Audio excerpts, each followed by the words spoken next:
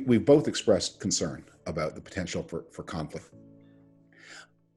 And we both expressed optimism about better choices that the United States could make, better economic choices at home that would begin with making an effort to balance the books and reduce the burden of debt on the economy, more innovation, more investment in the American economy, also repairing relationships with potential partners who may have been alienated during the Trump years. I mean, Donald Trump went into this wrestling match with China, but started by alienating South Korea, started by alienating Australia, started by offending the European Union, and even distancing himself from allies like Canada and Mexico, who would be so hard normally for the United States to ever separate itself from. But he's done something else too, and this is maybe the natural place to end, because every American business leader in this year of 2020 has had to confront questions about the fairness and justice of American society, the fairness and justice of their own company, not just as a moral matter, although it is that, of course, too, but as a fundamental matter of mission. How do you serve a diverse world if you are a country, if you are a company or a country that doesn't honor that value in yourself? One of the greatest liabilities that Donald Trump has inflicted on the United States is that he has tended to vindicate every criticism that America's adversaries have about the hypocrisy of American ideals and American words. We say one thing about ourselves, but Donald Trump makes it clear he doesn't believe any of those things. He doesn't do any of those things. He doesn't honor any of those things. And he sort of agrees with America's critics that America is just another thug nation in a world of predatory nations. When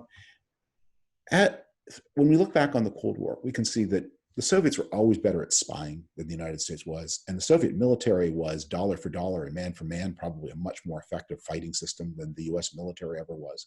But we had something they never did. And that was we had the power to inspire people on their side of the line in a way they never had people to inspire. They never had power to inspire people on our side of the line. We offered a vision of a better life, not just in material terms, but in freedom and human fulfillment. That's what we have to get back to again if we're entering into another era of competition. China, or the rulers of China, hold power by suppressing the aspirations of people inside China. And maybe there's nothing we can do about that. And maybe people in China are even willing to accept that trade-off. But millions of people outside China look at that and say, that doesn't look like the way I want to live. So we have to prove that the way we want to live is the way we do live. And that's going to be a challenge for our political system, but also for business leaders in the decade ahead. Can we demonstrate that what we say about ourselves is the truth about ourselves? Yeah, I want to echo that and say something about China in that context. Yeah, you know, there's a tendency, particularly in the United States, to look at China and think it's 100 feet tall. It's a dictatorship, but that somehow everything in this country is going from strength to strength. But the reality is, in many ways, this supposedly successful Chinese system is failing. And you allude to that when you say China's government and the Communist Party of China have ruled that country by suppression. They have ruled that country by suppression. But what they're finding is that suppression alone is not enough, because the basic social and political contracts that have enabled them to do that are actually coming unraveled in China. The basic social contract in China for the last 30 plus years has been that the government would allow people to pursue material gain just so long as they stayed out of politics and didn't challenge their communist rulers. But when you've got 300 to 400 million people who've grown richer, one thing that you find is that their demands start to transcend material things. They start to demand more and better quality of life from their government. They want air that they can breathe. They want food that's safe to eat. They want water that's safe to drink. They want an environment that isn't poisoned.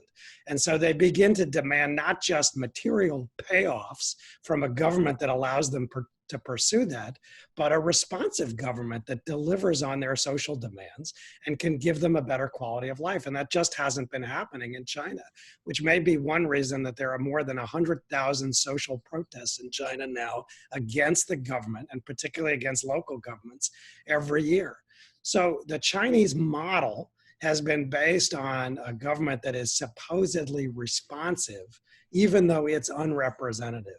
But when the government can't deliver on those basic demands, then this unrepresentative but supposedly responsive government doesn't look so responsive anymore either. So here we have an opportunity, not just for American renewal, as you put it, but for the United States to set an example to the world, including to people in China, of what a responsive and successful model of governance looks like.